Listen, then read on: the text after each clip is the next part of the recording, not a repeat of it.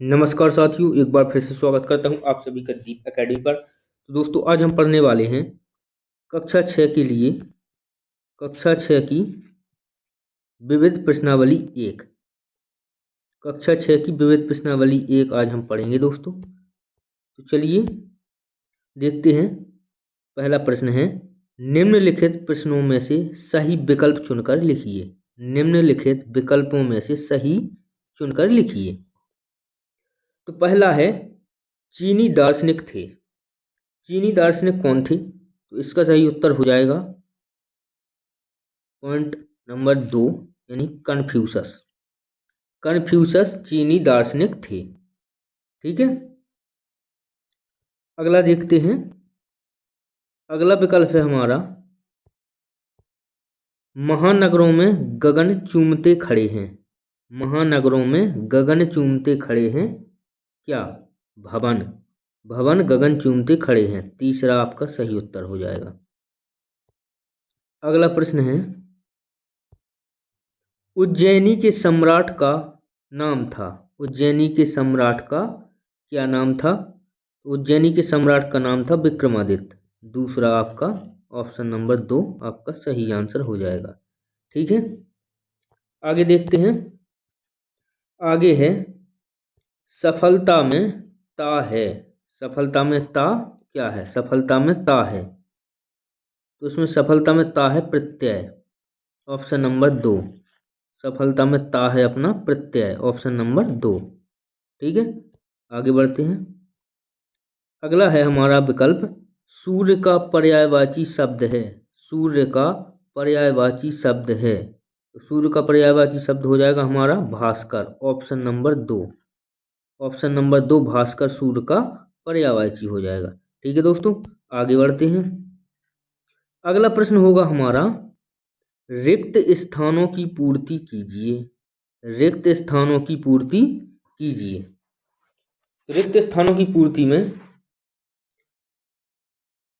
युद्ध वाणी का ही परिणाम था। युद्ध वाणी का ही परिणाम था। कौन सा युद्ध? महाभारत का युद्ध। महाभारत युद्ध वाणी का ही परिणाम था। यहाँ पर खाली स्थान में आपको महाभारत भर देना है। अगला है, बाबा भारती अपने घोड़े को सुल्तान कहकर पुकारते थे। यहाँ पर सुल्तान भर देना है आपको अपने खाली स्थान में, सुल्तान कहकर पुकारते थे। तीसरा है, धन के कोष भरने के बाद भी मनुष्य को संतोष नहीं है। इस खाली स्थान में आप भर देंगे संतोष। धन के कोष भरने के बाद भी मनुष्य को संतोष नहीं है। अगला है, विशेष शब्द में उपसर्ग है बी।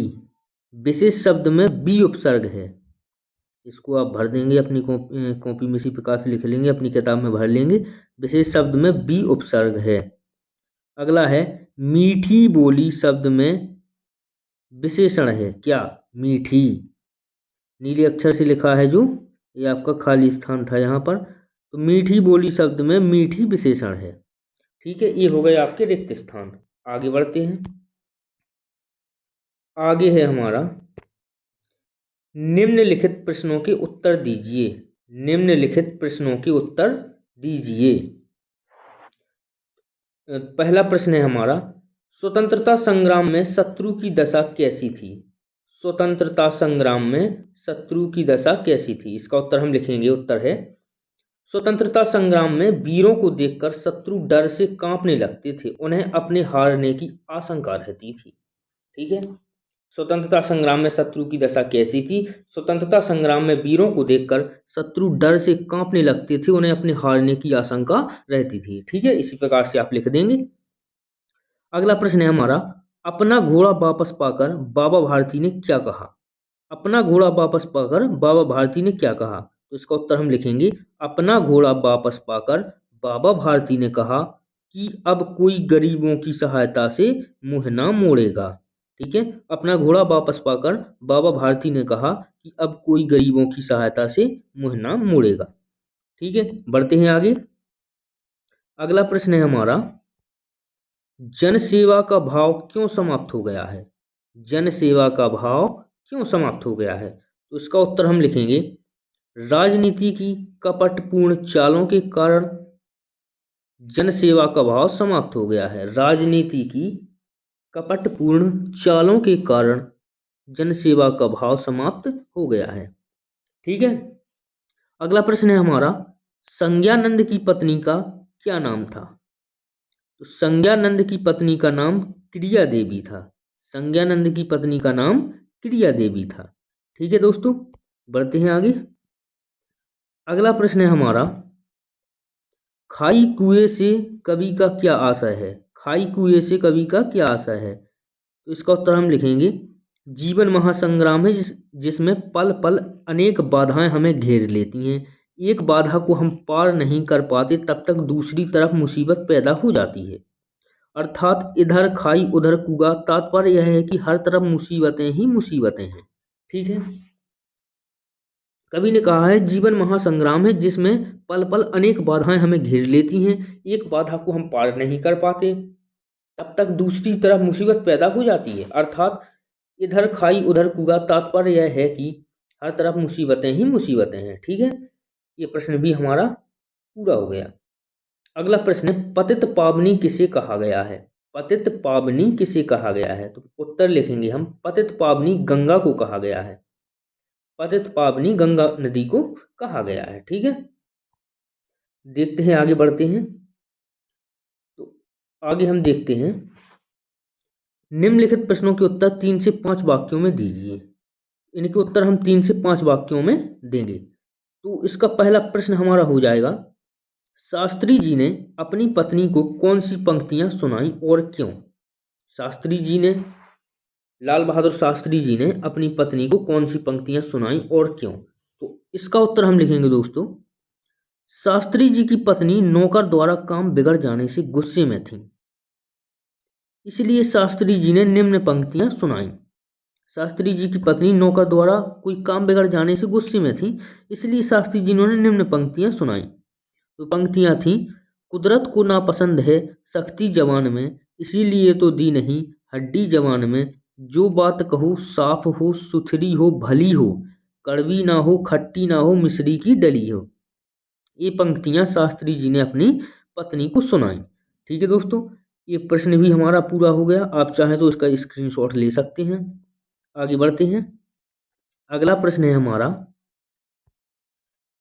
खड़ग सिंह ने बाबा भारती का घोड़ा वापस क्यों कर दिया, समझाइए। खड़ग सिंह ने बाबा भारती का घोड़ा वापस क्यों कर दिया, समझाइए। तो इसका उत्तर हम लिखेंगे, खड़ग सिंह ने धोखे से घोड़ा अपने पास रख लिया। तब बाबा भारती ने खड़ग सिंह से निवेदन किया कि वह इस घटना को किसी के सामने प्रकट न करें। जब इस घटना का लोगों को पता लगेगा तो वे किसी गरीब पर विश्वास नहीं करेंगे। इस बात का डाकू खड़ग सिंह पर गहरा प्रभाव पड़ा और उसे बाबा भारती का घोड़ा वापस उसने बाबा भारती का घोड़ा वापस कर दिया। खड़ग सिंह ने धोखे से घोड़ा अपने पास रख लिया।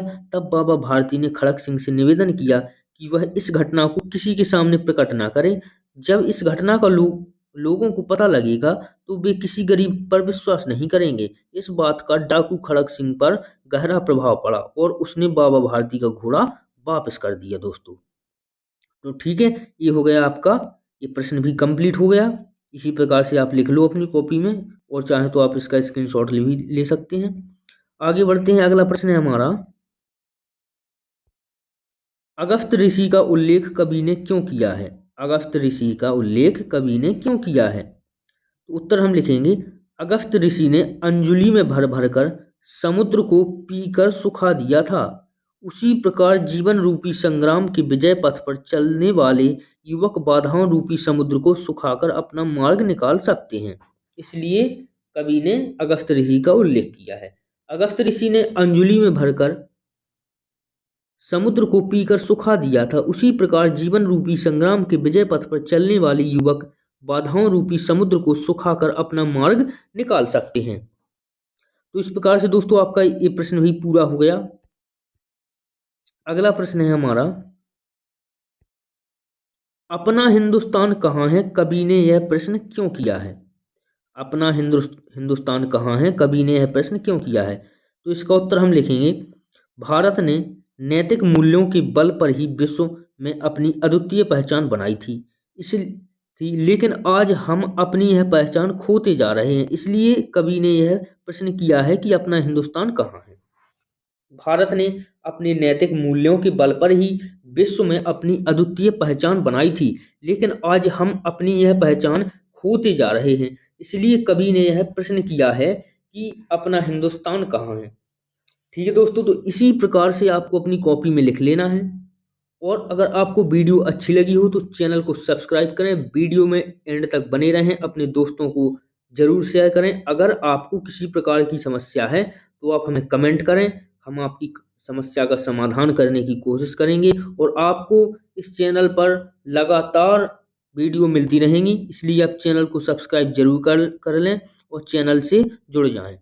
धन्यवाद। जय हिंद, जय भारत।